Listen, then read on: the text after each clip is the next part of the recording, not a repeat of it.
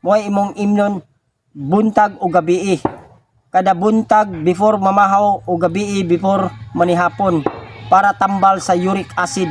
Guys, ang health tips ni Richard Gomez tested and proven sa dugay na nga panahon, dili lang kay karon no. Sumala sa akong pakigsusi og sa mga tao nga nakasuway na. Kay before na ko ipaabot sa inyo mga guys no, kanang tested and proven jud.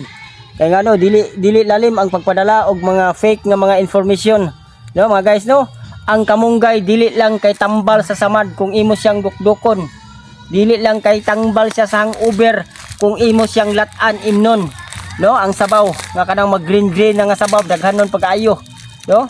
Dili lang siya kay ingon nga unsa pa siya nga klase nga mga tambal nga makaayo sa imuha.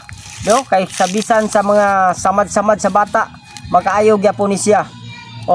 Ang number 1 po niya nga kwaon ani nga mga benepisyo, ang kamunggay ug ang limonsito. Irosones siya ug ang napulo ka limonsito dili lang apilan og liso. Napulo ka limonsito ug kamunggay i-blender og maayo. Pag human pagka-blender, mao'y imong imnon. Naghanan butangan nimo og tubig o duha ba ka baso og tubig. Mo'y imong imnon buntag o gabi.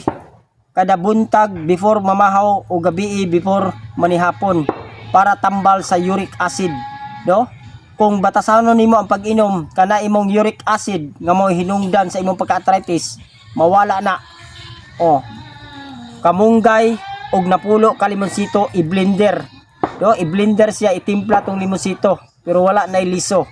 Ana ra tambal sa uric acid nga nag-cause sa arthritis. Kinis Richard Gomez. Like, follow, and share. Richard Gomez TV. Thank you.